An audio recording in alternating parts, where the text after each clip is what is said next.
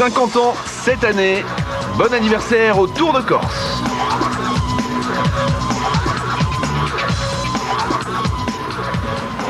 Bonsoir à tous, il y a 15 jours nous étions en Catalogne pour assister à la deuxième victoire cette saison de Sébastien Loeb.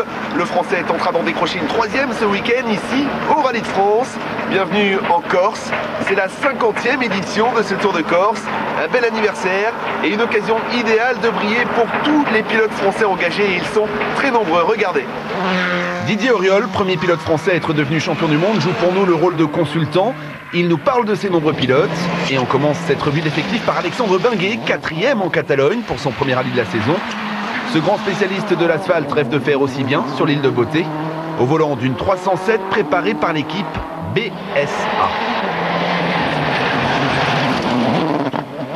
Il est surprenant, il a déjà, je crois, fait quelques rallyes avec la Skoda où il avait fait de très bons temps, surtout au Monte-Carlo, la dernière année que je l'ai fait en privé. Et puis bon, un très bon résultat en Espagne, je dirais très prometteur, surtout qu'il roule très peu. Stéphane Sarrazin est entré dans les points en Catalogne, mais sa 8e place ne l'a pas satisfait. Il est capable de bien mieux. Pour preuve, il était 4e ici l'an dernier. Stéphane Sarrazin, je pense que c'est un pilote qui a beaucoup d'expérience en circuit, qui en a encore beaucoup moins malheureusement en rallye. Et je crois que c'est deux disciplines complètement différentes et c'est un apprentissage complètement différent. Et il n'y a pas de miracle, il faut rouler, rouler, rouler et faire des essais. Nicolas Vouilloz appartient à l'équipe de France de rallye. Lui aussi dispose d'une Peugeot 307, 11e l'an dernier. C'est un ancien champion de VTT. C'est un sportif de haut niveau, donc il a une approche très bonne de la compétition. Malheureusement pour lui, je crois qu'il participe à quelques manches de championnat du monde et un petit peu il a fait du championnat de France, mais toujours irrégulièrement. Je dirais, mais c'était un pilote assez surprenant. Mais celui que tout le monde attend, le grand favori, c'est bien sûr Sébastien Loeb. Tenant du titre, il avait remporté l'an dernier l'intégralité des spéciales. Pour lui, c'est donc impossible de faire mieux, mais il tentera d'accroître son avance sur Marcus Grönholm au championnat du monde avec, pourquoi pas, une nouvelle victoire. Il a démontré qu'il était capable de gagner, qu'il était capable de faire du très haut niveau. Il est 2 fois champion du monde. Je crois qu'il n'a plus rien à apprendre et c'est un grand champion. La liste des Français engagés est encore longue. Ils sont 3 à courir dans le cadre du championnat du monde junior. Brice Tirabassi et Julien Pressac au volant d'une Citroën C2 Super 1600. Enfin, Johan Bonato sur une Renault Clio. C'est son tout premier rallye en championnat du monde. Cet ancien skieur de haut niveau est membre de l'équipe de France des rallyes. Et il compte 2 supportrices de choc, Mélanie Suchet et Carole Montillet. Je m'appelle Johan Bonato, j'ai 22 ans, je vis aux Deux Alpes, en Isère. Et on est là sur ce rallye Tour de Corse pour la première fois en Super 1600. Ça se présente plutôt bien et on essaiera de faire un bon résultat. On adore les sports automobiles, on adore le rallye et on est venu supporter les gens de la montagne. C'est sous les yeux de Napoléon Bonaparte qu'est donné le départ protocolaire. Sébastien Loeb est bien évidemment le plus applaudi. Ses principaux adversaires seront Marcus Grönholm, Mikko Hirvonen et Dani Sordo.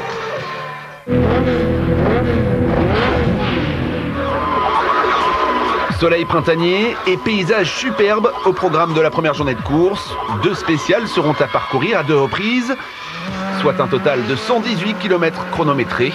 Sébastien Loeb se présente au départ avec l'ambition de prendre la tête d'entrée.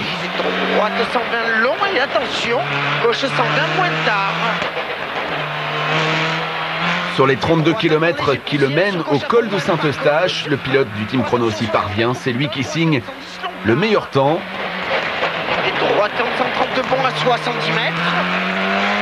Et gauche 130 sur frein pour 60 mètres, gauche 80 plus long tard.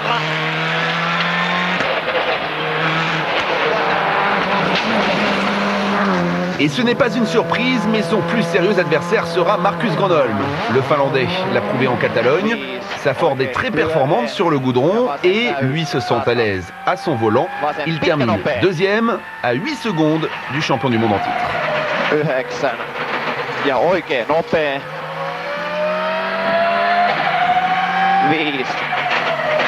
Oikealle vasen.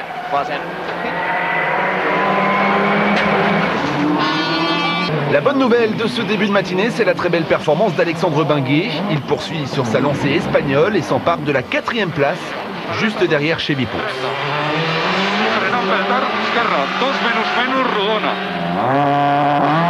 Au rayon des moins chanceux, il y a Mikko Hirvonen. Le Finlandais limite les dégâts puisqu'il signe le 5e temps, mais il avait pourtant calé dès le départ. Il se plaint également de certains réglages de sa Focus.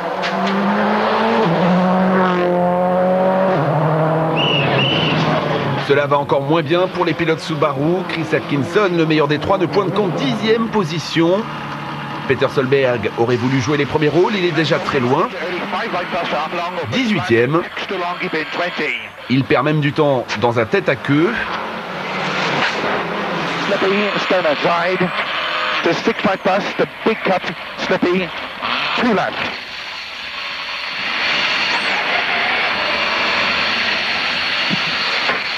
En cognant légèrement le bas-côté, il endommage son échappement. Le rallye débute à peine et le Norvégien est déjà contraint de mettre les mains dans le cambouis.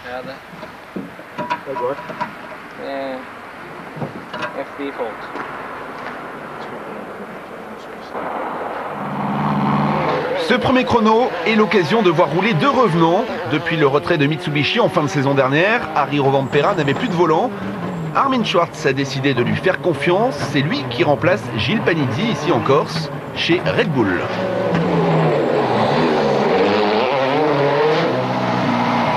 Gigi Galli est également de retour. Pirelli s'est associé à l'équipe Bosian pour lui mettre à disposition une Peugeot 307 pour ce rallye de France.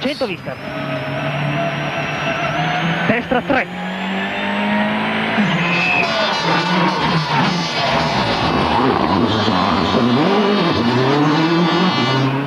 Marcus Gronholm prend sa revanche dans la deuxième spéciale. Le Finlandais prive Sébastien Loeb du meilleur temps.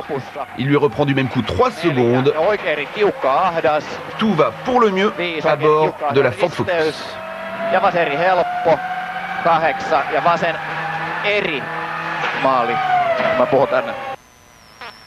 Sébastien Loeb termine deuxième, il reste en tête du classement général, mais son avance n'est plus que de 4 secondes et 9 dixièmes. 70 mètres, gauche 120 Milo. Sur droite 110 plus Milo. Et gauche frein pas corde, pour droite 120 pour Lontard.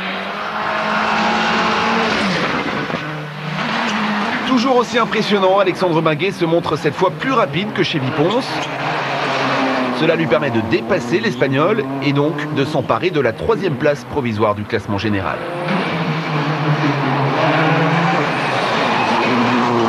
Deux autres pilotes font un excellent début de rallye.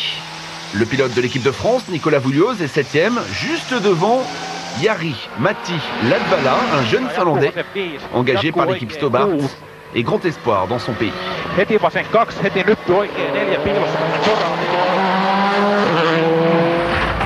En revanche, les Subaru sont toujours à la traîne. Le détour par le parc d'assistance permet quelques changements de réglage, mais Peter Solberg compte déjà près de 2 minutes de retard.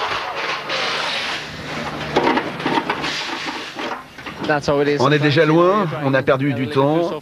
J'ai commencé ce rallye par une erreur. J'ai cogné le bas-côté dans un virage mal négocié et j'ai abîmé mon pneu, mais aussi l'échappement, et ça nous coûte une quinzaine de secondes. Par la suite, on a eu un problème électrique sur la ligne de départ de la deuxième spéciale. Le port d'Ajaccio est baigné par le soleil, mais les pilotes n'ont guère le temps de s'y attarder. Après une courte pause déjeuner, c'est reparti. Et pour Sébastien Loeb, le rythme est toujours aussi élevé. Il signe à nouveau le meilleur temps dans la 3e spéciale. 80 mètres, gauche 30, épingle. Et droite 120 et 3. Sur gauche à fond ouvre et ferme 130 pour Juste derrière lui, c'est encore Marcus Gronholm. Le Finlandais consolide sa 2e place, mais abandonne plus de 10 secondes supplémentaires au leader de la course.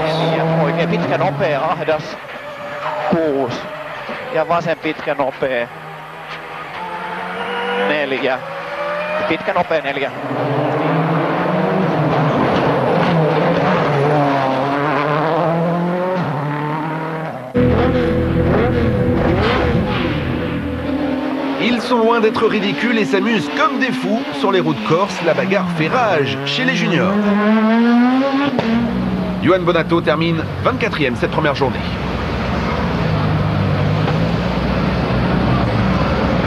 On a un peu essayé de prendre nos marques avec la voiture et petit à petit nos temps se sont améliorés. Et aujourd'hui, là, la dernière spéciale, on est très content. Juste devant lui, à la 23e place, Julien Pressac poursuit son apprentissage. Il n'a pas vu l'arrivée en Catalogne à cause d'une casse moteur. Ici, il compte bien aller au bout. But numéro 1, être à l'arrivée, accumuler les kilomètres. Maintenant, c'est le Rallye de France, c'est le deuxième sur les 3 rallyes asphalte. Là où j'ai un petit peu plus d'expérience, on va dire. Donc évidemment, on a envie de faire quelque chose. Son coéquipier chez Citroën, Brice Tirabassi, pointe en 19e position. On peaufine encore un peu les réglages. Moi, je me remets bien dans le rythme. Ça fait plus de 2 ans que je n'ai pas roulé sur l'asphalte et 3 ans en Super 700, donc je suis assez satisfait de ma première journée. Les revenants souffrent. Harry Rovanperä n'est que 16e. Le Finlandais n'est pas encore tout à fait à l'aise au volant de sa Skoda Red Bull. Gigi Galli, 13e, espère remonter. Lui aussi manque d'expérience avec sa voiture, une Peugeot 307. Mais il n'a rien perdu de son sens du spectacle. Aux 11e et 12e places, 2 Skoda, celle de Jan Kopecky, devancé par François Duval. Le Belge avait bien commencé la journée avant de perdre quelques places au classement.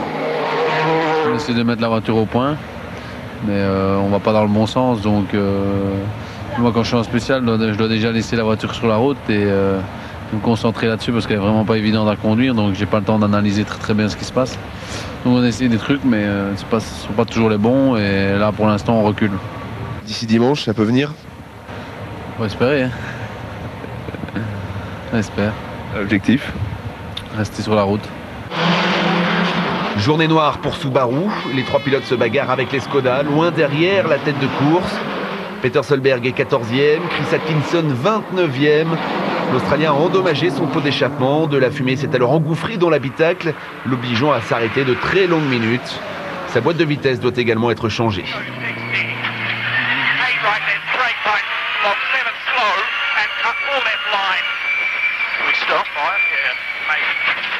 Le mieux classé de l'équipe est Stéphane Sarrazin, 10e. Le Français s'est offert un tête-à-queue dans la 3e spéciale et apparaît frustré de cette journée. Sincèrement, je donne le maximum, mais on est loin de se battre avec les tout meilleurs. Mais on va essayer de comprendre pourquoi, travailler comme d'habitude. Nicolas Vouilloz peut être satisfait, il est dans les points en 8e position. Le Niçois découvre la 307 en course, mais il est déjà performant. Je suis satisfait ce soir d'être dans les 8 premiers, d'être dans les points pour la reprise, quoi. Dani Sordo est attendu après sa 2e place en Espagne devant son public. Tout le monde sait qu'il est un candidat sérieux au podium. Un problème de différentiel lui a fait perdre du temps en début de journée, mais il n'a cessé de remonter par la suite et occupe la 5e place. Il est devancé par Mikko Hirvonen. Le Finlandais vise le podium et il n'en est pas très loin.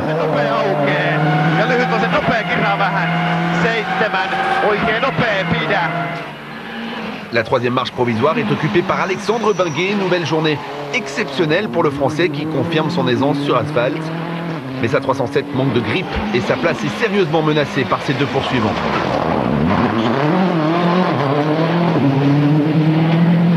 C'était une bonne journée pour nous, je suis assez content de la manière dont ça s'est fait. On est monté en puissance tout au long des spéciales, ça c'est plutôt pas mal. On a amélioré un petit peu les setups de la voiture, mais malheureusement c'est pas assez significatif, donc il faut continuer comme ça. Demain ça sera très difficile parce que très long et très sinueux, et je pense que plus c'est sinueux, moins ça va nous avantager. Donc ça risque d'être dur, mais néanmoins on va continuer sur le même tableau de marche qu'aujourd'hui. Marcus Gronholm est 2e. Le Finlandais compte 20 secondes de retard sur Sébastien Loeb, l'homme de tête de ce 50e Tour de Corse. Tout le monde s'attendait à un duel entre les 2 hommes forts de ce championnat. Il a bien lieu et il est loin d'être terminé. Et droite 135 moins de tard, léger rail. Sur attention gauche 120 moins. Sur droite 120 bon long. Little bit too fast. Sébastien a été un peu trop rapide pour moi aujourd'hui, surtout dans la première spéciale. J'y ai perdu trop de temps. En fin de journée aussi, on était derrière. Il faut qu'on analyse pourquoi. Il faut vraiment aller chercher les temps seconde par seconde parce que Gronholm est vraiment dans le coup et bon, on s'y attendait. Mais le moindre petit relâchement, il est devant. Il faut vraiment être tout le temps à l'attaque maxi, tout le temps à la limite pour réussir à rester devant, quoi. Le classement de cette première journée, 20 secondes d'avance pour Sébastien Loeb sur Marcus Gronholm. très belle 3e place d'Alexandre Minguet, Nicolas Vouliose est 8e, Stéphane Sarrazin 10e. C'est la fin de cette première journée et nous sommes avec le copilote du leader de ce Tour de Corse, Daniel Elena. Daniel, tout va bien pour l'instant? Tout va bien, ouais. Pour l'instant, tout déroule. Faut que ça continue comme ça.